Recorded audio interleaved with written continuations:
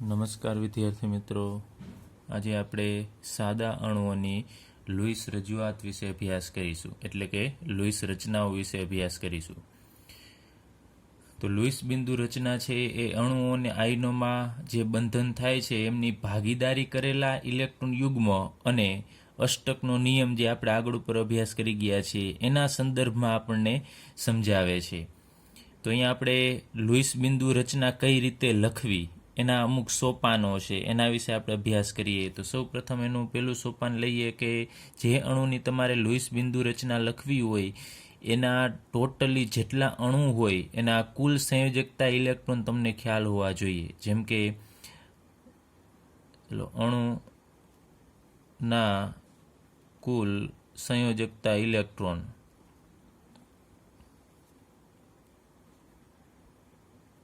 આપણને ખ્યાલ હોવા જોઈએ. જેમ કે આપણે CH4 મિથેન છે એના માટેની લુઈસ બિંદુ રચના લખવી હોય તો મિથેનમાં કેટલા કુલ સંયોજકતા ઇલેક્ટ્રોન થશે એ ખ્યાલ હોવા જોઈએ. જેમ કે કાર્બન છે તો કાર્બનના 4, ત્યારબાદ બીજા 4 હાઇડ્રોજન છે તો એક હાઇડ્રોજનનો 1 હોય એવા બીજા 4 હાઇડ્રોજનના 4, એમ 4 અને 4 ટોટલ 8 ઇલેક્ટ્રોન છે એ સંયોજકતા ઇલેક્ટ્રોન આ મિથેન અણુની અંદર હશે. તો આપણને લુઈસ બિંદુ રચના લખતા પહેલાં આપણને એ ખ્યાલ હોવો જોઈએ કે જે તે અણુ છે એની અંદર કેટલા સંયોજકતા ઇલેક્ટ્રોન છે. ચાલો ત્યારબાદ આપણે બીજું અહીંયા આપણે અણુની વાત કરીએ. હવે આપણે આયનની વાત કરીએ કે ઋણ આયન માટે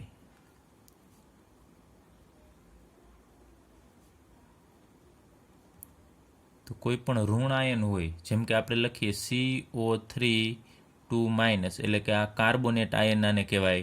તો કાર્બોનેટ આયન માટે સંયોજકતા ઇલેક્ટ્રોન કેટલા છે એ આપણે લખવા માટે સૌપ્રથમ કાર્બનના જે હોય, માનો અહીંયા લખીએ કાર્બનના તો 4 હશે, ત્યારબાદ ઓક્સિજન, એક ઓક્સિજન છે એની પાસે 6 હશે. તો અહીંયા 3 ઓક્સિજનના કેટલા થશે? 6 તરીને 18, આપણે ટોટલ અહીંયા લખીએ 18 ઇલેક્ટ્રોન. હવે આ ઉપર આપણે જેમ મિથેનમાં ખાલી કાર્બન અને હાઇડ્રોજનના લખેલા એ જ રીતે અહીંયા કાર્બન અને ઓક્સિજનના બેના તો આપણે લખેલા છે. વધારાના તમારે શું કરવાનું? ઋણ આયન માટે જેટલો ઋણ વીજભાર હોય ને એટલા વધારાના ઇલેક્ટ્રોન લેવાના. તો ઋણ વીજભારનો મતલબ કે એને કોઈક પાસેથી એટલા ઇલેક્ટ્રોન મેળવેલા હશે. તો અહીંયા 2- છે એનો મતલબ કે આ CO3 એ કોઈક પાસેથી 2 ઇલેક્ટ્રોન મેળવેલા હશે, એટલે આપણે વધારાના 2 અહીંયા લખવા પડશે. તો 18 ને 2 20 ને 4 24 ઇલેક્ટ્રોન છે એના સંયોજકતા ઇલેક્ટ્રોન થશે. તો ઋણ આયન માટે યાદ રાખવાનું, ઋણ વીજભાર જેટલા ઇલેક્ટ્રોન વધારે લેવા, ગણતરીમાં આપણે એટલા ઇલેક્ટ્રોન છે વધારે લેવાના થશે. -1 હોય તો 1 લેવાના, -3 હોય તો 3 લેવાના. ચલો સેમ એ જ રીતે આપણે ધન આયન માટે લખીએ. તો ધન આયન માટે એનાથી ઉલટું આપણે અહીંયા એક NH4 એમોનિયમ લખીએ. NH4 પ્લસ આયન છે તો એ ધન વીજભારિત છે. તો એના માટે તમારે શું કરવાનું છે? નાઇટ્રોજનના કેટલા ઇલેક્ટ્રોન થશે? તો એનો પરમાણુ ક્રમાંક 7, એમાંથી અંદરની કક્ષાના 2 ઇલેક્ટ્રોન આપણે બાદ કરીએ તો નાઇટ્રોજનના 5, પછી 4 હાઇડ્રોજનના થઈ અને કુલ 4 ઇલેક્ટ્રોન. તો 5 ને 4 9 થશે. પરંતુ ધન વીજભાર છે તો આપણે એટલા ધન વીજભારનો અર્થ એવો થશે કે એને 1 ઇલેક્ટ્રોન ગુમાવી દીધો છે. જેટલો ધન વીજભાર હોય એટલા આપણે અહીંયા બાદ કરવાના, એટલા ઇલેક્ટ્રોન આપણે એના ઓછા લખવાના છે. તો અહીંયા 5 ને 4 9, 9માંથી 1 બાદ કરશો એટલે 8 ઇલેક્ટ્રોન છે એ સંયોજકતા ઇલેક્ટ્રોન થશે કુલ એ જે તે આયન માટે. તો ધન આયન માટે તમારે લખવાનું ધન વીજભાર જેટલા ઇલેક્ટ્રોન છે એ ઓછા લેવા. ચલો આ તમને આટલું ખ્યાલ હશે તો જ તમે લુઈસ બિંદુ રચના છે લખી શકશો. ચલો તો અહીંયા આપણે લખીએ ઋણ આયન માટેની લુઈસ બિંદુ રચના છે આપણે લખીએ. તો અહીંયા એક કાર્બન છે ને 3 ઓક્સિજન છે. તો એ કાર્બન છે એને આપણે જનરલી સેન્ટરમાં લખીએ અને ઓક્સિજન છે એને એની આજુબાજુ અહીંયા આપણે ગોઠવી દઈએ. 3 ઓક્સિજન છે એટલે અહીંયા લખવાના. હવે ટોટલી 24 ઇલેક્ટ્રોન આપણે અહીંયા દર્શાવવાના થશે. આપણે બધી ગણતરી કરી લીધી છે કે વધારાના 2 ઇલેક્ટ્રોન લેવાના થશે. કુલ 24 ઇલેક્ટ્રોન છે આપણે અહીંયા લેશું. તો અહીંયા કાર્બનની સંયોજકતા કક્ષામાં કેટલા ઇલેક્ટ્રોન હોય તમને ખ્યાલ છે? 4 હોય તો અહીંયા 1, આ 2, આ 3 અને અત્યારે આપણે 4 દર્શાવી દઈએ અહીંયા. તો ત્યારબાદ ઓક્સિજન છે એની પાસે સંયોજકતા કક્ષામાં કેટલા ઇલેક્ટ્રોન હોય એ તમને ખ્યાલ હોવો જોઈએ. એની પાસે 6 હશે ઇલેક્ટ્રોન. તો અહીંયા આપણે દર્શાવી દઈએ, ચલો 2, 4, 5 અને આ 6 ઇલેક્ટ્રોન. ચાલો એ જ રીતે ઓક્સિજન પાસે, આ ઓક્સિજન પાસે દરેક પાસે 6 હશે અહીંયા. તો 1, અહીંયા 2, 3, 4, 5 અને આ 6 ઇલેક્ટ્રોન. ચલો અહીંયા પણ આપણે અત્યારે 6 ઇલેક્ટ્રોન દર્શાવી દઈએ, 2, 4 અને 6 ઇલેક્ટ્રોન. હવે આપણે કુલ ઇલેક્ટ્રોન ગણવા છે કે કેટલા થશે. તો અહીંયા તમે જુઓ છો 6 આના આપણે દર્શાવેલા છે, 6 આના અને 6 આના, એટલે કેટલા થશે? 6 × 18, 18 ને 4 કાર્બનના દર્શાવેલા છે તો 22 થશે. તો હજુ 2 ઇલેક્ટ્રોન છે એ હજી એમનો વધારે છે. તમે જુઓ છો હજી અહીં 22 જ ઇલેક્ટ્રોન થશે. તો હવે તમારે શું કરવાનું છે એ આપણે હવે જોઈએ કે ઋણ અહીંયા ક્યાં ઇલેક્ટ્રોન વધારાના મૂકવાના થશે એ આપણે જોઈએ. એના પહેલાં બધાના અષ્ટક આપણે પૂર્ણ કરીએ. તો એ કાર્બન છે એ આ ઓક્સિજન સાથે એક અહીંયા બંધ બનાવશે. ચલો આ કાર્બન આ ઓક્સિજન સાથે એક બંધ બનાવશે. તો કાર્બન પાસે અહીંયા 2 ને 2 4 જ ઇલેક્ટ્રોન થશે.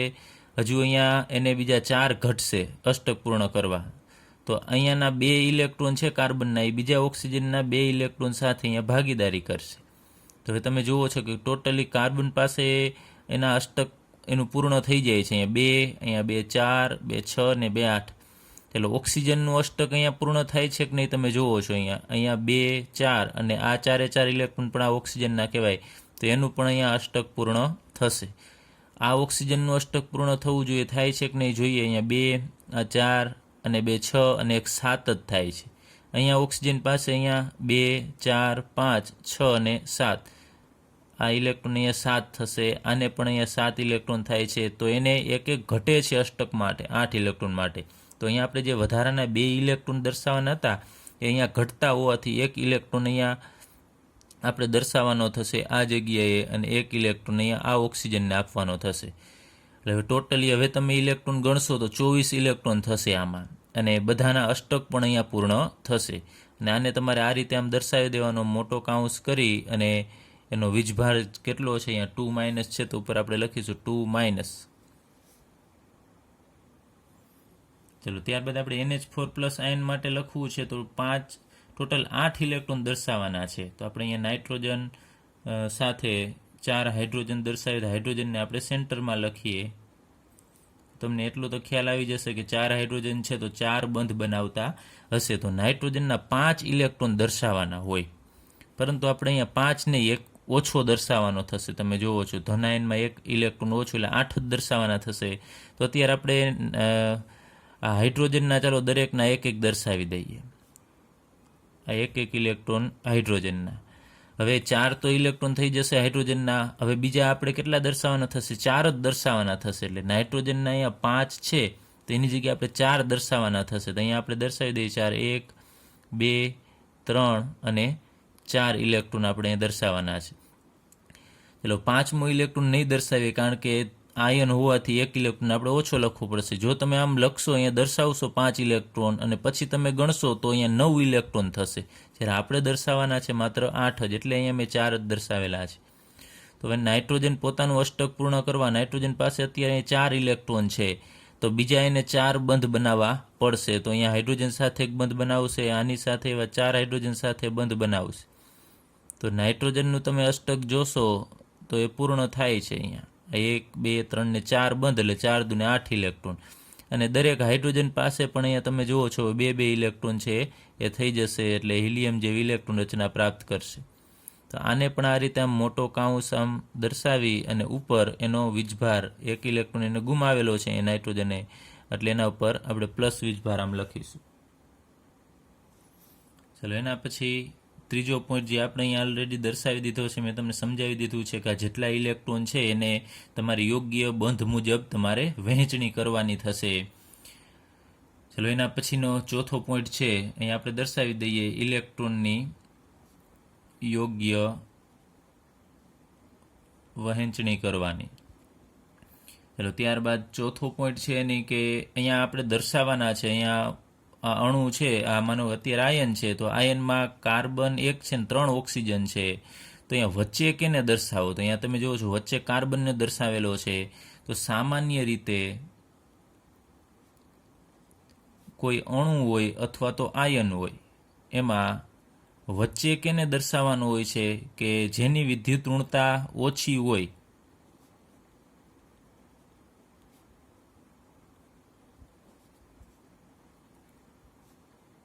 તેને વચ્ચે દર્શાવવો.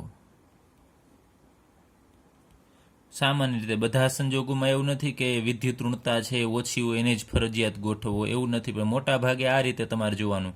અથવા બીજી રીતે પણ તમે જોઈ શકો છો, CO3 છે તો ઓછા પરમાણુ કેના છે, કાર્બનના પરમાણુ ઓછા છે, તો સામાન્ય રીતે કાર્બનને તમે સેન્ટરમાં દર્શાવી શકો. અહીંયા NH4 છે તો એમાં નાઇટ્રોજનની સંખ્યા એક જ છે, હાઇડ્રોજન 4 છે, તો જેની સંખ્યા ઓછી હોય એને તમે સેન્ટરમાં દર્શાવી શકો.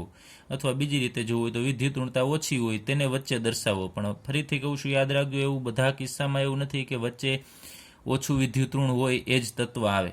અહીંયા તમે જુઓ છો કે નાઇટ્રોજનની વિદ્યુત ઋણતા છે એ વધારે છે, હાઇડ્રોજન કરતાં નાઇટ્રોજનની વિદ્યુત ઋણતા વધારે છે, છતાં પણ અહીંયા નાઇટ્રોજન છે આપણે સેન્ટરમાં દર્શાવેલું છે. એટલે બધા કિસ્સામાં આ જ નિયમ છે લાગુ પાડવો એવું જરૂરી નથી. બાકી અહીંયા જુઓ છો તમે, ઓક્સિજન કરતાં કાર્બનની વિદ્યુત ઋણતા ઓછી છે તો એને આપણે સેન્ટરમાં દર્શાવી શકાય.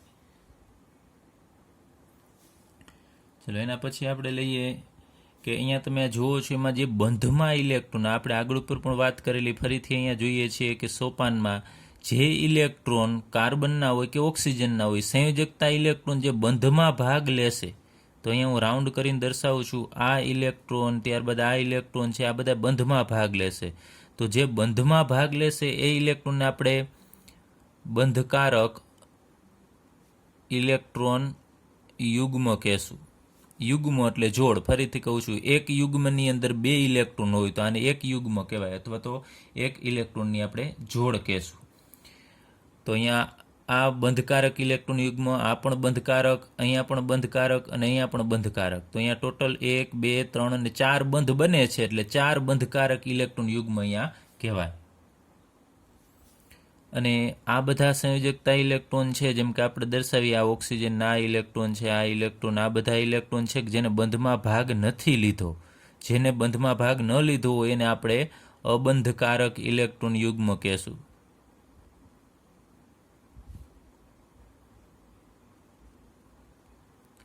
ફરીથી એકદમ ઇઝી છે. બંધ જે બને છે ને એ બંધની અંદર રહેલા ઇલેક્ટ્રોનને આપણે બંધકારક ઇલેક્ટ્રોન યુગ્મ કહેશું. અને જે ઇલેક્ટ્રોન બંધમાં ભાગ નથી લેતા, આપણે અહીંયા સંયોજકતા કક્ષાના જે ઇલેક્ટ્રોન દર્શાવીએ છીએ એ બધાને આપણે અબંધકારક ઇલેક્ટ્રોન યુગ્મ કહેશું. અહીંયા નાઇટ્રોજનમાં તમે જુઓ છો, NH4 એમોનિયમ આયનની અંદર, તો અહીંયા હવે 4 બંધ બને છે, 1, 2, 3 અને 4 બંધ છે.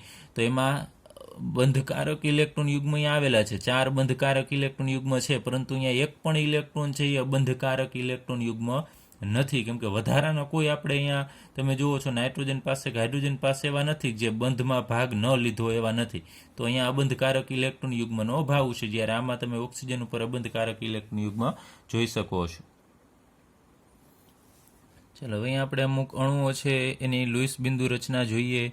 તો અહીં NF3, તો સૌપ્રથમ તમને ખ્યાલ હોવો જોઈએ કે એના સંયોજકતા ઇલેક્ટ્રોન કેટલા છે. તો નાઇટ્રોજન છે એના સંયોજકતા ઇલેક્ટ્રોન છે એ 5 થશે.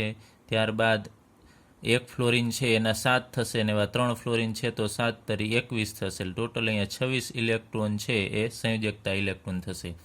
તો ઓછો વિદ્યુત ઋણ તત્વ અહીંયા નાઇટ્રોજન થશે. ફ્લોરિનની વિદ્યુત ઋણતા તો આવર્ત કોષ્ટકમાં બધા તત્વોમાં વધુ છે, એટલે જેની વિદ્યુત ઋણતા ઓછી હોય એને સામાન્ય રીતે આપણે સેન્ટરમાં દર્શાવીએ છીએ. અથવા મેં તમને કીધેલું કે જેની સંખ્યા ઓછી હોય એને પણ તમારે વચ્ચે દર્શાવવાના, અને જેની સંખ્યા વધુ હોય અથવા વિદ્યુત ઋણતા જેની વધારે હોય એને એની આજુબાજુએ ગોઠવવાના.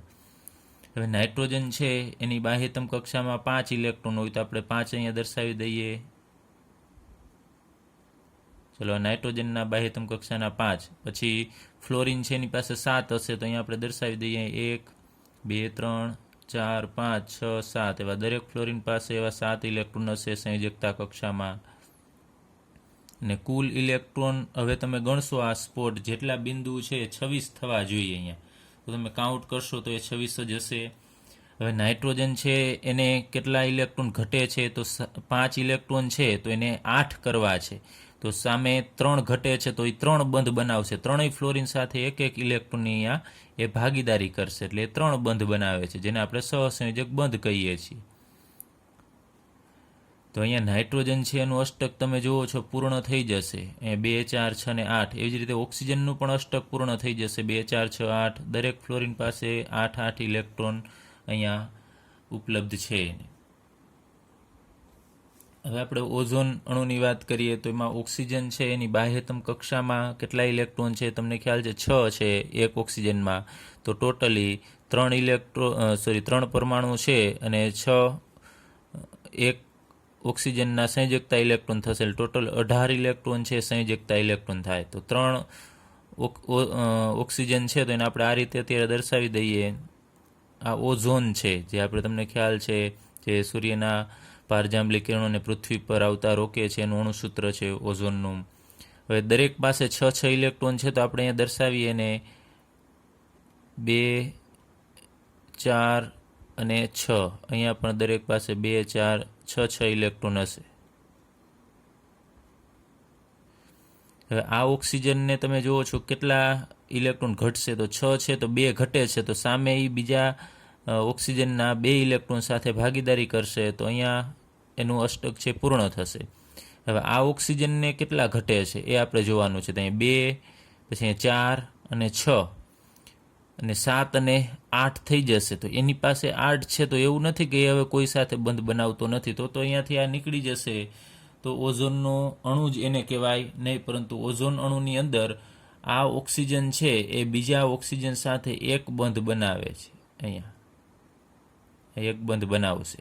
તો હવે આ બંધના 2 ઇલેક્ટ્રોન છે એ પણ આ ઓક્સિજનના કહેવાય. તો અહીંયા તમે આ ઓક્સિજનના કુલ ઇલેક્ટ્રોન ગણો તો 1 2 3 4 5 6 7 8 અને 9 થશે.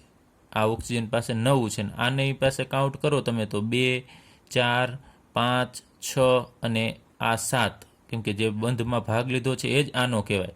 7 ઇલેક્ટ્રોન જ છે તો આને એક ઘટે છે અને આની પાસે એક વધારે છે. તો તમારે એને અહીંયાથી ઉપાડી અને આ જગ્યાએ મૂકી દેવાનો, દર્શાવી દેવાનો ઇલેક્ટ્રોનને. તો આને આપણે આ બાજુ આવવા દેવો પડશે. તો એનું હવે હકીકતનું બંધારણ આપણે અહીંયા દર્શાવીએ ઓઝોનનું. તો અહીંયા 2 બંધ છે એને આપણે આ રીતે આમ દર્શાવી દેવાનો છે. અહીંયા એક જ બંધ બનાવશે. અહીંયા 2 બંધકારક ઇલેક્ટ્રોન યુગ્મ છે અને આપણે એમને રાખીશું. અહીંયા ઓઝોન પાસે 1 અને અહીંયા આ 2 તો હતા જ. પછી આ એક ઇલેક્ટ્રોન જે અહીંયા હતો આ ઓક્સિજનનો એ આપણે અહીંયા જ રાખીએ અને આ ઓક્સિજનનો જે અહીંયા આપણે દર્શાવવાનો છે એને આપણે આ જગ્યાએ દર્શાવી દઈએ. તો હવે દરેકનું અષ્ટક છે પૂર્ણ થશે. પરંતુ તમે જુઓ છો કે હવે આ ઓક્સિજનનો એક ઇલેક્ટ્રોન છે એને આને આપ્યો છે આપણે ગોઠવવામાં. તો આ ઓક્સિજનને ગુમાવેલો કહેવાય ઇલેક્ટ્રોન, આને મેળવેલો કહેવાય. તો આને કેટલા ગુમાવ્યા છે તો 1 ઇલેક્ટ્રોન ગુમાવ્યા છે. તો આના ઉપર 1 ધન વીજભાર આવે અને આને 1 ઇલેક્ટ્રોન આનો મેળવેલો છે અષ્ટક પૂર્ણ કરવા માટે તો એના ઉપર ઋણ વીજભાર આવશે. તો ઓઝોનનું અણુસૂત્ર છે એમાં એક ઓક્સિજન ઉપર ધન વીજભાર આવતો હોય છે અને બીજા ઉપર ઋણ વીજભાર આવે છે. પરંતુ ઓલ ઓવર આપણે ઓઝોનના અણુ ઉપર કોઈ વીજભાર દર્શાવતા નથી, કારણ કે એક પ્લસ છે ને બીજો માઇનસ છે. તો +1 અને -1 એનો સરવાળો કરશો તો 0 થશે. એટલે વીજભાર ઓલ ઓવર અણુ ઉપર દર્શાવવાનો હોતો નથી. વીજભારની દ્રષ્ટિએ અણુ તટસ્થ હશે. એટલે હવે આપણે પાઠ્યપુસ્તકનો કોયડો 4.1 ગણીએ, જેમાં આપણે કીધું છે CO અણુની લુઈસ બિંદુ રચના લખો. જે આપણે NF3 અને O3 ના જે લુઈસ બિંદુ રચના આપણે દર્શાવેલી છે એ જ રીતે તમારે CO અણુની લુઈસ બિંદુ રચના લખવાની છે. એના માટે સૌપ્રથમ તમને ખ્યાલ હોવો જોઈએ કે CO અણુ પાસે કેટલા સંયોજકતા ઇલેક્ટ્રોન છે. તો કાર્બન છે એના 4 આવશે, ઓક્સિજનના 6 આવશે. ટોટલી 6 ને 4 10 ઇલેક્ટ્રોન છે એ સંયોજકતા ઇલેક્ટ્રોન હશે. એટલે આપણે 10 ઇલેક્ટ્રોન જ દર્શાવવાના થશે. ચાલો હવે આપણે કાર્બન અને ઓક્સિજન એને આપણે આ રીતે દર્શાવીએ. કાર્બનના ઇલેક્ટ્રોન કેટલા છે સંયોજકતાના 4 છે તો આપણે લખીએ 1, અહીંયા 2 3 અને 4. ઓક્સિજન પાસે 6 છે તો આપણે દર્શાવી દઈએ અહીંયા 2 4, અહીંયા 5 અને આ બાજુ અથવા ગમે તે તમે દર્શાવી શકો અહીંયા 6. હવે કાર્બન છે એ આના એક તમારે આપણે શક્યતા લેવાની છે, આપણે ટ્રાય કરવાની છે કે સૌપ્રથમ આ કાર્બનનો 1 ઇલેક્ટ્રોન આના 1 ઇલેક્ટ્રોન સાથે ભાગીદારી કરીને પછી તમારે જોવાનું કાર્બનનું અષ્ટક પૂર્ણ થશે તો તમને ખ્યાલ છે નો જ થાય, કારણ કે કાર્બનને 4 ઘટે છે, તેને 4 બંધ બનાવવા પડે, અથવા તો બીજી રીતે પણ એડજસ્ટ થઈ શકે. તો અહીંયા તમે જુઓ છો, અહીંયા 2, 3, 4 ને 5 જ ઇલેક્ટ્રોન થાય છે. જ્યારે ઓક્સિજન છે એને થઈ જશે 2, 4, 5, 6, 7, સોરી એને પણ નથી થતા, અહીંયા 7 ઇલેક્ટ્રોન થાય છે અને અહીંયા 5 ઇલેક્ટ્રોન. તો અહીંયા હજી તમે એક બંધ વધારશો તો ઓક્સિજનને થઈ જશે 8, પરંતુ હજી કાર્બનને થશે નહીં. તો તમારે અહીંયા અષ્ટક પૂર્ણ કરવા માટે શું કરવું પડે એ આપણે ફાઇનલી એનો જવાબ લખીએ કે કાર્બન અને ઓક્સિજન, એમાં ઓક્સિજન પાસે 6 ઇલેક્ટ્રોન છે, તો એમાંથી એ અહીંયા 1, 2, 3, અહીંયા 3 ઇલેક્ટ્રોન છે, આપણે આના દર્શાવી દેવાના છે. અને કાર્બન છે એના 3 ઇલેક્ટ્રોન, અને આ ઇલેક્ટ્રોન છે એ ફરીથી એક કાર્બનનો અહીંયા, અને ઓક્સિજનના ઇલેક્ટ્રોન 3 ને 3 6 છે. તો આપણે અહીંયા આ બાજુ દર્શાવી દઈએ, એની પાસે 3 અને અહીંયા 6 ઇલેક્ટ્રોન, અને આના 4 ઇલેક્ટ્રોન. હવે આપણે 3, 3 એ બંધ બનાવે, 3, 3 ઇલેક્ટ્રોનની ભાગીદારી કરે તો અહીંયા 3, 3, 6 તમે જુઓ છો, 3, 3, 6 અને 1 7 ઇલેક્ટ્રોન જ થશે. હજુ આપણે ફાઇનલ નથી લખતા, આના જેવું બંધારણ થશે, પછી આપણે ઇલેક્ટ્રોન ટ્રાન્સફર કરવો પડશે. તો 7 ઇલેક્ટ્રોન, ને આ ઓક્સિજન પાસે કેટલા થશે? 3, 3, 6 ને 3 9 થશે, અહીંયા 9 ઇલેક્ટ્રોન. તો હવે શું કરશે, જેની પાસે વધારે છે એ આ ઓક્સિજનને આપણે એ બાજુ દર્શાવી દેવાનો છે. તો આનો 1 ઇલેક્ટ્રોન છે ને એ આપણે આ કાર્બન બાજુએ દર્શાવી દેવાનો, બંનેના 8 ઇલેક્ટ્રોન કરવા માટે. તો હવે કાર્બન છે એની સાઈડ અહીંયા એકલો ઇલેક્ટ્રોન છે, ત્યાં તમારે આમ 2 દર્શાવવાના થશે, અને ઓક્સિજન છે અહીંયા આપણે 3 આ બાજુએ દર્શાવેલા, ત્યાં તમારે અહીંયા 2 દર્શાવવાના થશે. અને આ 3 ઇલેક્ટ્રોનને આપણે એમને રાખીશું, અને અહીંયા 3 બંધ છે આપણે બનાવી દેવાના. તો હવે તમે બધાનું અષ્ટક જોશો તો પૂર્ણ થશે. આ કાર્બન છે એના અહીંયા 3, 3, 6, 7, 8, આ ઓક્સિજન છે એના પણ 3, 3, 6, 7 અને 8. તો બંનેનું અષ્ટક પૂર્ણ થાય છે, 8 ઇલેક્ટ્રોન થશે. તો આ બંધારણ છે એ ફાઇનલ બંધારણ થશે, કાર્બન મોનોક્સાઇડ અણુની લુઈસ બિંદુ રચનાનું બંધારણ. ચલો હવે ત્યારબાદ આપણે કોયડો 4.2, એમાં નાઇટ્રાઇટ આયન એટલે કે NO2 માઇનસની લુઈસ રચના આપણે લખવાની છે. તો એના માટે સૌપ્રથમ સંયોજકતા ઇલેક્ટ્રોન કેટલા છે લખવાના. નાઇટ્રોજનના સંયોજકતા ઇલેક્ટ્રોન 5 થશે. ત્યારબાદ ઓક્સિજન છે 1 ઓક્સિજનના 6, તો 2 ઓક્સિજનના 6 દુને 12 ઇલેક્ટ્રોન, અને ઋણ વીજભાર છે એનો મતલબ કે 1 ઇલેક્ટ્રોન આપણે વધારાનો પણ દર્શાવવો પડશે, એટલે +1. તો અહીંયા 12 ને 5 17 ને 1 18, ટોટલ 18 ઇલેક્ટ્રોન છે એ સંયોજકતા ઇલેક્ટ્રોન અહીંયા આપણે ગણીશું. એટલે સંયોજકતા ઇલેક્ટ્રોન તો આટલા જ છે અહીંયા, પરંતુ આ વધારાનો ઇલેક્ટ્રોન છે એ આ ઋણ વીજભારના કારણે આપણે દર્શાવેલો છે, એટલે 18 ઇલેક્ટ્રોન આપણે અહીંયા એની રચનામાં દર્શાવવાના થશે. તો નાઇટ્રોજન છે એને આપણે સેન્ટરમાં રાખીએ, અને ઓક્સિજન છે એને આપણે બંને બાજુએ આમ ગોઠવી દઈએ. દરેકના ઇલેક્ટ્રોન અહીંયા નાઇટ્રોજનના 5, ચાલો એના 5 ઇલેક્ટ્રોન. ત્યારબાદ ઓક્સિજન છે એના 6 ઇલેક્ટ્રોન હોય તો આપણે 6 દર્શાવી દઈએ, અહીંયા 2, 4, 6, અહીંયા 2, 4 અને 6. એટલે ટોટલ અહીંયા ઇલેક્ટ્રોન આપણે જે 12 ને 5 17 જ દર્શાવેલા છે. હજુ 1 ઇલેક્ટ્રોન વધારે છે, આમાં 17 જ ઇલેક્ટ્રોન છે, એક વધારાનો છે. આપણે જોઈએ કે કેનું અષ્ટક છે ઘટે છે, એના ઉપર આપણે મૂકી દેવાનો થશે. તો સૌપ્રથમ જે નાઇટ્રોજન છે એ આના 1 નાઇટ્રોજનને 3 ઘટે છે, 3 બંધ બનાવે એ તમારે યાદ રાખવાનું. તો અહીંયા 1 બંધ બનાવશે, આ બાજુએ પણ 1 બંધ બનાવશે, તો 2 બંધ બનાવ્યા છે. તો હજુ 1 બંધ આ ઓક્સિજન અથવા આ ઓક્સિજન સાથે બનાવશે. તો આ ઇલેક્ટ્રોન છે ને એને આપણે અહીંયા દર્શાવી દઈએ આની જગ્યાએ, અને અહીંયા બંધ બનાવશે. આપણે આ રીતે એની રચના જોઈએ તો આમાં આ ઓક્સિજન છે એનું અષ્ટક પૂર્ણ થાય છે કે નહીં જોઈએ. તો અહીંયા 2, 4, 6 અને 8 એનું અષ્ટક પૂર્ણ થશે. નાઇટ્રોજનનું અષ્ટક પૂર્ણ થાય છે કે નહીં એ જોઈએ. તો 2, 4, 6, 7, 8 અને 9. તો અહીંયા કેટલા ઇલેક્ટ્રોન થાય છે? 9 ઇલેક્ટ્રોન થશે. એટલે આના ઓક્સિજન નાઇટ્રોજન પાસે અહીંયા તો આ ઇલેક્ટ્રોન છે તો ઓક્સિજનનો છે, એટલે આનું અષ્ટક આટલું જ આપણે લેશે, 8 ઇલેક્ટ્રોન થશે. આ ઓક્સિજન છે એના કેટલા થાય છે જોઈએ, 2, 4, 5, 6 અને 7 ઇલેક્ટ્રોન જ થાય છે અહીંયા. તો 7 ઇલેક્ટ્રોન થાય છે. તો આનું અષ્ટક પૂર્ણ કરવા માટે આપણે જે વધારાનો ઇલેક્ટ્રોન અહીંયા આયનમાં છે એક વીજભારના લીધે દર્શાવેલો છે એ હવે આને ઘટે છે, એટલે આ ઓક્સિજન ઉપર આપણે મૂકવાનો થશે. તો આપણે એનું ફાઇનલ હવે બંધારણ દર્શાવીએ. કે અહીંયા ઓક્સિજન અને નાઇટ્રોજન વચ્ચે અહીંયા ડબલ બોન્ડ, અહીંયા સિંગલ બોન્ડ, પછી અહીંયા 2 અબંધકારક ઇલેક્ટ્રોન યુગ્મ દર્શાવી દેવાના, અને નાઇટ્રોજન ઉપર 1 અબંધકારક ઇલેક્ટ્રોન યુગ્મ, અને આ ઓક્સિજન ઉપર 2 હતા, એક અહીંયા એકલો હતો ઇલેક્ટ્રોન એ, અને એક આપણે જે વધારાનો દર્શાવવાનો છે અહીંયા મૂકી દેવાનો છે. અને અહીંયા ટોટલી આપણે વીજભારા આયન થશે એના ઉપર આપણે એક મોટો કાઉન્સ કરી અને અહીંયા ઋણ વીજભાર લખવાનો થશે.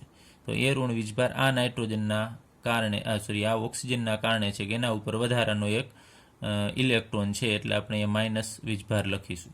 તો આ રીતે તમારે જુદી જુદી ટ્રાય કરવાની છે, ચેકચાક પણ થાય, અને ફાઇનલી તમારે પછી જોવાના છે કે ઇલેક્ટ્રોન જ્યાં ઘટતા હોય ને કોકના વધારે ઇલેક્ટ્રોન, અહીંયા આપણે કીધું હતું કે આગળ ઉપર આના 9 હતા ને અહીંયા 7 હતા, તો એક ઇલેક્ટ્રોન છે આ બાજુ દર્શાવી દેવાનું, એટલે આ બાજુ પણ 8 થઈ જશે ને આ બાજુ પણ 8 થઈ જશે.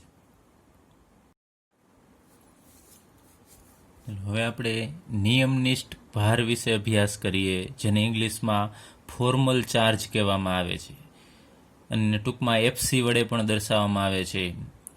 આપણે લુઈસ બિંદુ રચના વિશે આપણે આગળ ઉપર અભ્યાસ કર્યો. એની મદદથી આપણને અણુ કે આયન જે હોય એનો આકાર આપણે જાણી શકતા નથી કે એનો આકાર કેવો હશે, સમચતુષ્ફલકીય હશે કે અષ્ટફલકીય હશે કે સમતલીય ત્રિકોણ હશે, એવો આપણે આકાર છે એની મદદથી લુઈસ બિંદુ રચનાની મદદથી જાણી શકતા નથી. આ ઉપરાંત કોઈ પણ આયન હોય તો એ આયનમાં પણ આપણે દરેક પરમાણુ પરનો વીજભાર છે એ લુઈસ બિંદુ રચનામાં સામાન્ય રીતે આપણે દર્શાવતા નથી, અને એકંદર વીજભાર દર્શાવીએ છીએ. જેમ કે અહીંયા આપણે આ CO3-2 છે કાર્બોનેટ આયન, એમાં તમે જુઓ છો તો અહીંયા એકંદર આપણે CO3-2- આપણે આમ દર્શાવીએ છીએ, તો આ એકંદર વીજભાર આપણે દર્શાવીએ છીએ, પરંતુ દરેક પરમાણુ ઉપર કેટલો વીજભાર આવે છે કે આના ઉપર -1 આવે છે ને આના ઉપર -1 ને આ બધા દરેક પરમાણુ ઉપર કેટલો વીજભાર આવે છે એ આપણે દર્શાવતા નથી.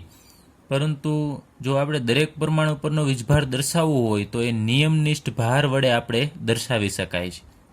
ચલો એનું આપણે એક ઉદાહરણ લઈએ. અહીંયા ઓઝોન અણુનું આપણે લુઈસ બિંદુ રચના આપણે દર્શાવેલી છે એની, તેમાં આ 2 બંધ છે એ આ 2 ઓક્સિજન વચ્ચે છે અને આ ઓક્સિજન વચ્ચે 1 બંધ છે. તો આમાં કયા ઓક્સિજન ઉપર કેટલો વીજભાર આવે છે એ અહીંયા અત્યારે આપણે લખ્યો નથી, પણ આપણે જાણવું છે. અને દરેક પરમાણુ ઉપર જે વીજભાર આપણે દર્શાવીશું એને આપણે નિયમનિષ્ઠ ભાર કહેશું. તો નિયમનિષ્ઠ ભાર શોધવા માટેનું સૂત્ર આપણે જોઈએ તો લુઈસ રચનામાં, આ લુઈસ રચના છે એ લુઈસ રચનામાં પરમાણુ પરનો નિયમનિષ્ઠ ભાર, પરમાણુ પરનો એટલે અત્યારે કોઈ પણ એક સિંગલ, કોઈ પણ એક જ પરમાણુ પરનો આપણને વીજભાર છે આ સૂત્રની મદદથી મળશે. તો એ જે તે પરમાણુ પરનો નિયમનિષ્ઠ ભાર અથવા આપણે ફોર્મલ ચાર્જ ટૂંકમાં એફસી વડે દર્શાવીશું, એ કેટલો હશે એ મેળવવા માટે મુક્ત પરમાણુમાં સંયોજકતા ઇલેક્ટ્રોનની કુલ સંખ્યા આપણે લેવાની છે. મુક્ત પરમાણુમાં એટલે ઓક્સિજન એકલો હોય તો ઓક્સિજન પાસે કેટલા સંયોજકતા ઇલેક્ટ્રોન હોય આનું નથી જોવાનું. નોર્મલી તમારે જોવાનું કે ઓક્સિજન આ પરમાણુનો આપણે નિયમનિષ્ઠ ભાર શોધવો છે તો એ ઓક્સિજન છે, તો નોર્મલી ઓક્સિજન પાસે સંયોજકતા કક્ષામાં ઇલેક્ટ્રોન કેટલા હોય એ આપણે જોવાના છે. એટલે અહીંયા મુક્ત પરમાણુમાં એટલે એકલો ઓક્સિજન હોય એની પાસે કેટલા ઇલેક્ટ્રોન છે એ આપણે અહીં લખવાના છે. પછી એમાંથી આપણે બાદ શું કરીશું, એ જે તે પરમાણુનો આપણે નિયમનિષ્ઠ ભાર શોધીએ છીએ એની પાસે કેટલા અબંધકારક ઇલેક્ટ્રોન છે એની કુલ સંખ્યા, યુગ્મ ને એની કુલ સંખ્યા આપણે લખીશું કે અહીંયા 1 ઇલેક્ટ્રોન યુગ્મ છે તો એની પાસે આ 2 ઇલેક્ટ્રોન કહેવાય, તો અહીંયા આપણે 2 લખીશું. ત્યારબાદ એમાંથી આપણે બાદ કરવાની છે સંખ્યા બંધકારક ઇલેક્ટ્રોનની કુલ સંખ્યા, એટલે ટૂંકમાં ટોટલી કેટલા બંધ બનાવે છે ને એમાં ઇલેક્ટ્રોન કેટલા છે ને એની સંખ્યાને આપણે 2 વડે ભાગીશું. તો આ સૂત્ર છે તમારે યાદ રાખવાનું છે, એની મદદથી આપણે જે તે પરમાણુ પરનો નિયમનિષ્ઠ ભાર છે મેળવી શકીશું. ફરીથી મુક્ત પરમાણુમાં સંયોજકતા ઇલેક્ટ્રોનની સંખ્યામાંથી આપણે બંધકારક ઇલેક્ટ્રોનની સંખ્યા કુલ બાદ કરવાની છે, અને બંધકારક ઇલેક્ટ્રોનની કુલ સંખ્યાને આપણે 2 વડે ભાગી અને એને બાદ કરવાની થશે. તો આપણે આ જ પરમાણુ અહીંયા ઓઝોનનો અણુ છે એમાં પહેલા નંબરનો જે પરમાણુ છે ને એની આપણે એનો નિયમનિષ્ઠ ભાર અથવા તો ફોર્મલ ચાર્જ છે આપણે મેળવીએ. મધ્યસ્થ પરમાણુ છે એ દર્શાવીએ તો લખીએ અહીંયા મધ્યસ્થ ઓક્સિજન પરનો નિયમનિષ્ઠ ભાર ફોર્મલ ચાર્જ છે કેટલો થશે એ આપણે લખવું છે. તો સૌપ્રથમ અહીંયા મુક્ત પરમાણુમાં એટલે અહીંયા આપણે અથવા નંબર આપી દઈએ. મધ્યસ્થ ઓક્સિજન એટલે કયો 1 નંબરનો, આ પહેલા નંબરનો ઓક્સિજન છે એને આપણે એનો નિયમનિષ્ઠ ભાર શોધવો છે. તો મુક્ત પરમાણુમાં ઓક્સિજનમાં કેટલા હોય તમને ખબર છે, એમાં 6 ઇલેક્ટ્રોન હશે સંયોજકતા કક્ષામાં. અહીંયા તો આપણે 6 લખવાનું છે, માઇનસ અબંધકારક ઇલેક્ટ્રોનની સંખ્યા. તો અહીંયા પહેલા નંબરના ઓક્સિજન જે મધ્યસ્થ એટલે વચ્ચેનો ઓક્સિજન છે એનો આપણે નિયમનિષ્ઠ ભાર શોધવો છે. તો એની પાસે અબંધકારક ઇલેક્ટ્રોન કેટલા છે, તો અહીંયા 2 ઇલેક્ટ્રોન છે. જોજો ખાસ આ યુગ્મ 1 કહેવાય. 2 ઇલેક્ટ્રોન છે તો યુગ્મ 1 થશે, પરંતુ ઇલેક્ટ્રોન 2 થશે. તો અહીંયા 2 ઇલેક્ટ્રોન તો આપણે અહીં લખીશું -2, પછી માઇનસ આ 1/2 અને કાઉન્સમાં અહીંયા બંધકારક ઇલેક્ટ્રોનની કુલ સંખ્યા કેટલી છે એ લખવાનું છે. તો બંધકારકમાં તમારે અહીંયા જોવો છો, આ એક બંધમાં 2 ઇલેક્ટ્રોન હોય. એવા આ ઓક્સિજન છે આ પહેલા નંબરનો, એ કેટલા બંધ બનાવે છે, તો 1, 2 અને 3 બંધ બનાવે છે. તો ટોટલ એની પાસે અહીંયા 3 દુને 6 ઇલેક્ટ્રોન કહેવાય એની પાસે. પછી એના પોતાના નહીં, બીજાના છે એ પણ એના જ ગણાશે, કારણ કે સહસંયોજક બંધ છે. એટલે અહીંયા જેટલા બંધ બનાવતો હોય ને એના ડબલ ઇલેક્ટ્રોન છે એ બંધકારક ગણવાના. તમારે 1, 2, 3 છે બંધ બનાવે છે તો 6 ઇલેક્ટ્રોન. ચાલો એનું આપણે સાદરૂપ આપવાનું થશે. તો અહીંયા 6 - 2 માઇનસ અહીંયા 2 તરી 6 3.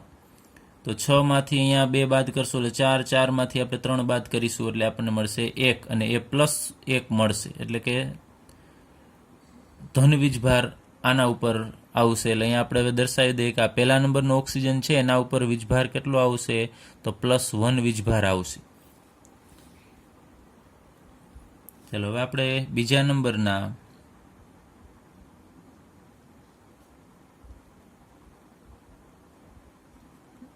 ઓક્સિજનનો નિયમનિષ્ઠ ભાર શોધીએ.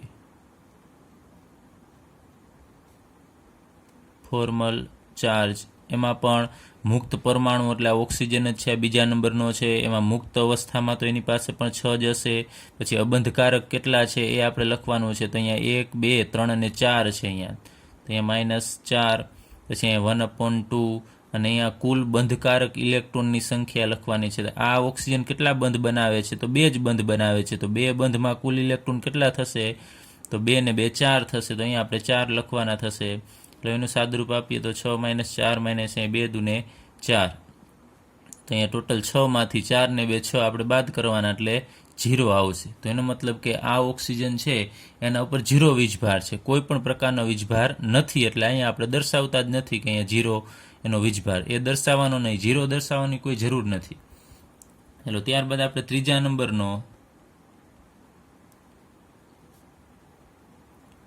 નંબરના ઓક્સિજનનો નિયમનિષ્ઠ ભાર મેળવીએ.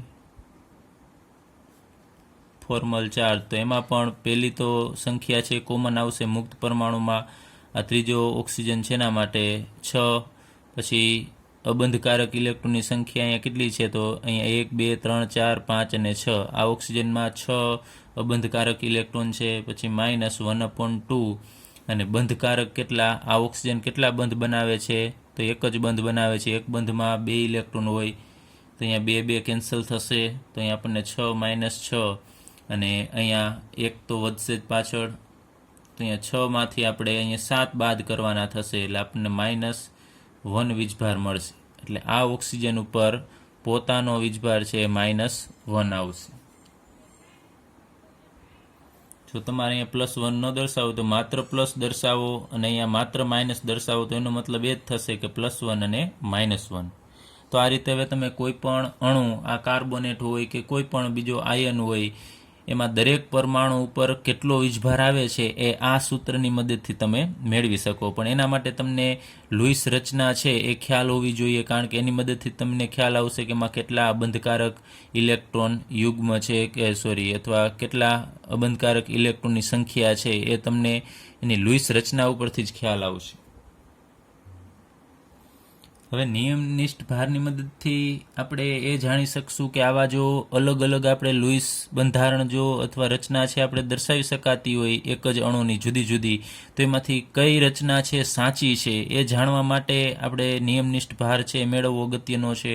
તો તમારે એવી જ્યારે અલગ અલગ પ્રકારે આપણે લુઈસ બિંદુ રચના છે જો થતી હોય, દર્શાવી શકાતી હોય, તો તમારે જેના પરમાણુ ઉપર નિયમનિષ્ઠ ભાર ઓછો આવતો હોય શક્ય એટલો. માનો કે આવી જ રચના છે, એમાં બીજા ઉપર 2 આવતો હોય, જ્યારે આમાં +1 આવે છે, તો ઓછામાં ઓછો નિયમનિષ્ઠ ભાર આવે એ રચના છે તમારે યોગ્ય ગણવી. અને બીજી રીતે કે આપણે જો ઓછામાં ઓછો નિયમનિષ્ઠ ભાર આવતો હોય એની ઉર્જા છે સામાન્ય રીતે ઓછી હશે. અને આપણે આગળ ઉપર પણ વાત કરેલી કે કોઈ પણ પ્રણાલી છે એ ઓછામાં ઓછી ઉર્જા પ્રાપ્ત કરવા માટેનું વલણ ધરાવતું હોય છે. એટલે સામાન્ય રીતે એવું જોવા મળે છે કે જેનો નિયમનિષ્ઠ ભાર ઓછો હોય એની ઉર્જા પણ સામાન્ય રીતે ઓછી હોય છે.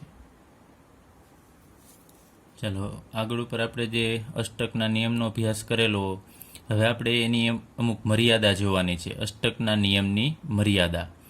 તો અષ્ટકનો નિયમ છે સાર્વત્રિક નથી, એટલે કે બધા જ અણુઓ માટે એ લાગુ પાડી શકાતો નથી. અને એ મુખ્યત્વે આવર્ત કોષ્ટકના બીજા આવર્તના તત્વોને મુખ્યત્વે લાગુ પાડવામાં આવે છે. તો એના અમુક અપવાદ છે, એના આપણે અહીંયા 3 અપવાદ આપેલા છે, એનો આપણે અહીંયા અભ્યાસ કરવાનો છે. તો એમાં આપણે સૌપ્રથમ લઈએ કે મધ્યસ્થ પરમાણુનું અપૂર્ણ અષ્ટક. એટલે કે આપણે અષ્ટકના નિયમમાં અભ્યાસ કરેલો કે જે મધ્યસ્થ પરમાણુ હોય કે અથવા કોઈ પણ પરમાણુ હોય, એમાં બધા પરમાણુનું અષ્ટક પૂર્ણ થશે એટલે એ અણુ સ્થાયી હોય. પરંતુ અહીંયા એક અપવાદ એવો છે કે જેમાં મધ્યસ્થ પરમાણુનું અપૂર્ણ અષ્ટક એટલે કે 8 કરતાં ઓછા ઇલેક્ટ્રોન છે. કેટલાક સંયોજનો એવા છે કે જેમાં મધ્યસ્થ પરમાણુઓ પાસે 8 કરતાં ઓછા ઇલેક્ટ્રોન છે, છતાં પણ એ સ્થાયી છે. અષ્ટકના નિયમ મુજબ જેમાં અષ્ટક છે પૂર્ણ હોય તો જ સ્થાયી હોય, પરંતુ એમાં 8 કરતાં ઓછા ઇલેક્ટ્રોન છે એવા પણ સંયોજન જોવા મળે છે અને સ્થાયી છે, જેમ કે LiCl, BH2, BCl3, AlCl3, BF6. એમાં આપણે LiCl નું બંધારણ જોઈએ તો અહીં લિથિયમ ક્લોરિન સાથે એક જ બંધ બનાવે છે. તો લિથિયમ છે એનું અષ્ટક પૂર્ણ થતું નથી. તો અહીંયા તમે જુઓ છો કે લિથિયમ પાસે 2 જ ઇલેક્ટ્રોન છે, એટલે 8 ઇલેક્ટ્રોન નથી. એવી જ રીતે અહીં બેરિલિયમ છે, તો બેરિલિયમ પાસે તમે જોશો તો એનું અષ્ટક પણ પૂર્ણ થતું નથી. એની પાસે પણ અહીંયા બંને હાઇડ્રોજન સાથે એક બંધ બનાવે છે. બેરિલિયમ પાસે 4 જ ઇલેક્ટ્રોન છે મધ્યસ્થ પરમાણુ પાસે. અને બોરોન છે, તો બોરોનનું અહીંયા અષ્ટક પણ પૂર્ણ થતું નથી. એ 3 ક્લોરિન સાથે એક બંધ, એવા 3 બંધ બનાવે છે. તો અહીંયા 2, 4 અને 6 જ ઇલેક્ટ્રોન થશે. તો અહીંયા એક પણ સંયોજનની અંદર અષ્ટક પૂર્ણ આ મધ્યસ્થ પરમાણુનું થતું નથી, છતાં પણ આ સંયોજનો સ્થાયી છે, જે આપણે અષ્ટકના નિયમની મર્યાદા ગણી શકાય. એ જ રીતે એક બીજો અપવાદ છે, એકી ઇલેક્ટ્રોન ધરાવતા અણુ. એના આપણે ઉદાહરણ લઈએ NO, જેને આપણે નાઇટ્રિક ઓક્સાઇડ કહેશું, અને બીજું NO2 એટલે નાઇટ્રોજન ડાયોક્સાઇડ. તો NO નાઇટ્રિક ઓક્સાઇડ છે એની આપણે લુઈસ બિંદુ રચના આપણે દર્શાવીએ તો એમાં નાઇટ્રોજન પાસે તમે જુઓ છો એકી ઇલેક્ટ્રોન છે, બાકી બધા અહીંયા બેકી ઇલેક્ટ્રોન જ હોય. તમે અહીંયા અબંધકારક હશે તો 2 ઇલેક્ટ્રોન, અહીંયા પણ આ 2 ઇલેક્ટ્રોન, અહીંયા 2 ઇલેક્ટ્રોન, બંધકારકમાં પણ 2 ઇલેક્ટ્રોન જ હોય. પરંતુ અહીંયા આ ઇલેક્ટ્રોન છે એ એકી ઇલેક્ટ્રોન છે. એ જ રીતે અહીંયા તમે જુઓ છો કે અહીંયા પણ નાઇટ્રોજન છે એની પાસે એકલો ઇલેક્ટ્રોન છે, તો આ પણ એકી ઇલેક્ટ્રોન છે. બાકી બધા બેકી સંખ્યામાં ઇલેક્ટ્રોન જ હોય. તમે જુઓ છો આ બંધમાં કોઈ પણ જગ્યાએ જ્યારે અહીંયા નાઇટ્રોજન છે એની પાસે એકી ઇલેક્ટ્રોન છે અને એનું પણ અષ્ટક પૂર્ણ નથી થતું. અહીંયા 2, 4, 6 અને 7 ઇલેક્ટ્રોન જ છે. અહીંયા 2, 4, 6 અને 7 ઇલેક્ટ્રોન છે. તો નાઇટ્રોજનનું પણ અહીંયા અષ્ટક પૂર્ણ નથી થતું, છતાં પણ એ સ્થાયી છે. તો એ પણ આપણે એક અપવાદ ગણી શકાય. ચલો ત્યારબાદ ત્રીજો અપવાદ વિસ્તરિત અષ્ટક, એટલે કે 8 કરતાં વધારે ઇલેક્ટ્રોન હોય. તો ઘણા બધા એવા સંયોજન છે કે જેમાં મધ્યસ્થ પરમાણુ પાસે 8 કરતાં વધારે ઇલેક્ટ્રોન હાજર હોય છે, એટલે કે એને આપણે કહી શકાય કે વિસ્તરિત અષ્ટક. એટલે 8 કરતાં વિસ્તરિત અષ્ટકનો મતલબ થશે 8 કરતાં વધારે ઇલેક્ટ્રોન. તો એને આપણે અષ્ટકનો નિયમ લાગુ પાડી શકતા નથી, કારણ કે અષ્ટકનો નિયમ એટલે 8 જ ઇલેક્ટ્રોન હોવા જોઈએ, 8 કરતાં ઓછા પણ નહીં અને 8 કરતાં વધારે પણ નહીં. તો અહીંયા આપણે એક્ઝામ્પલ તરીકે, ઉદાહરણ તરીકે અહીંયા થોડાક સંયોજન દર્શાવેલા છે, PCl5, PF5, PCl5, SF6 અને H2SO4 એટલે કે સલ્ફ્યુરિક એસિડ. એના આપણે અહીંયા લુઈસ બિંદુ રચના છે દર્શાવેલી છે. તો અહીંયા PF5 છે એની અંદર તમે જુઓ છો કે ફોસ્ફરસ છે 5 બંધ બનાવે છે, 1, 2, 3, 4 અને 5. તો ફોસ્ફરસનું અષ્ટક પૂર્ણ થાય છે કે નહીં આપણે જોઈએ. તો 5 બંધ છે તો એની પાસે ઇલેક્ટ્રોન કેટલા હશે? તો 5 દુને 10 હોય, તો અહીંયા 10 ઇલેક્ટ્રોન છે. તો અહીંયા 5 બંધ છે જે 8 કરતાં વધારે ઇલેક્ટ્રોન કહેવાય, એટલે કંઈ અષ્ટક પૂર્ણ નથી, 8 કરતાં પણ વધારે ઇલેક્ટ્રોન છે, છતાં પણ PF5 છે એ સ્થાયી છે. એ સલ્ફર જુઓ, SF6માં સલ્ફર છે એ કેટલા બંધ બનાવે છે? તો 6 બંધ બનાવે છે, 2, 4 અને 6. તો ટોટલ સલ્ફરની આજુબાજુ કેટલા ઇલેક્ટ્રોન થશે? તો જેટલા બંધ હોય એનાથી બમણા, એટલે કે 12 ઇલેક્ટ્રોન થશે. તો અહીંયા પણ 8 કરતાં ઇલેક્ટ્રોન વધી જશે. અહીંયા સલ્ફર છે, સલ્ફ્યુરિક એસિડમાં આ H2SO4 છે, એમાં સલ્ફરની આજુબાજુએ તમે અષ્ટક જોશો તો અહીંયા કેટલા બંધ છે? તો 2, 4, 5 અને 6. તો અહીંયા પણ 6 દુને 12, એટલે કે 12 ઇલેક્ટ્રોન છે, જે 8 ઇલેક્ટ્રોન કરતાં, એટલે કે અષ્ટક કરતાં વધારે છે, જેને આપણે વિસ્તરિત અષ્ટક કહેશું. પરંતુ એક સલ્ફર છે કે એના ઘણા એવા સંયોજન છે કે જેમાં અષ્ટક પૂર્ણ થાય છે. એમાંનું આપણે એક ઉદાહરણ લઈએ, HCl2. એનું આપણે લુઈસ બિંદુ રચના દર્શાવીએ તો અહીંયા તમે જુઓ છો સલ્ફર છે એની આજુબાજુ 8 ઇલેક્ટ્રોન છે, એટલે એનું અષ્ટક પૂર્ણ થશે. 2, 4 અને આ 2 બંધ, એટલે 4 ને 4 8, ટોટલ અહીંયા 8 ઇલેક્ટ્રોન છે એ થઈ જશે, એટલે આનું અષ્ટક પૂર્ણ થશે.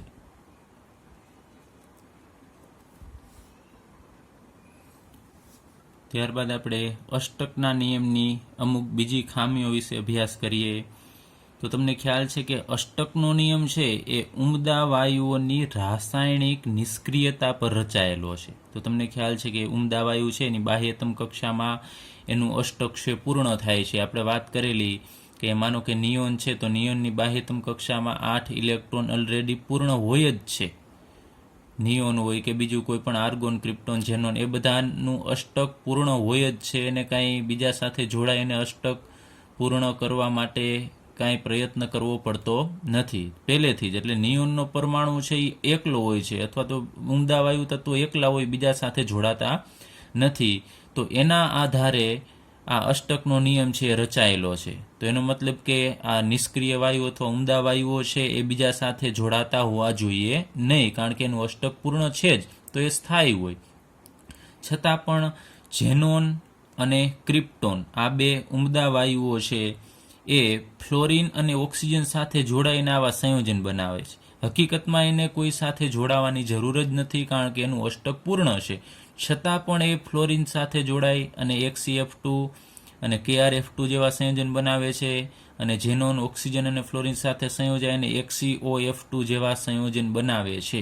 તો આને પણ આપણે અપવાદ કહી શકાય, કારણ કે અષ્ટકનો નિયમ છે એ ઉમદા વાયુઓની રાસાયણિક નિષ્ક્રિયતા ઉપર રચાયેલો છે કે આ કોઈ સાથે પ્રક્રિયા કરતા ન હોવા જોઈએ, કારણ કે એનું અષ્ટક પૂર્ણ છે, છતાં પણ એ પ્રક્રિયા કરે છે અને આવા સંયોજન બનાવે છે, જે અષ્ટકના નિયમની મદદથી આપણે સમજાવી શકતા નથી. ત્યારબાદ અષ્ટકનો નિયમ છે એ અણુનો આકાર છે એ પણ સમજાવી શકતો નથી. તો તમને ખ્યાલ છે અત્યાર સુધી આપણે ક્યાંય પણ એવો ઉલ્લેખ નથી કરેલો આ નિયમની અંદર કે અણુનો આકાર છે સમચતુષ્ફલકીય હોય, અષ્ટફલકીય હોય, કે એવા બીજા કોઈ પણ આકાર હોઈ શકે, એવો ક્યાંય પણ ઉલ્લેખ થયેલો નથી. ત્યારબાદ અષ્ટકનો નિયમ છે એ અણુની સાપેક્ષ સ્થાયીતા અને અણુની ઉર્જા વિશે પણ કોઈ પણ પ્રકારની માહિતી આપતો નથી, કે કયા અણુની ઉર્જા કેટલી છે.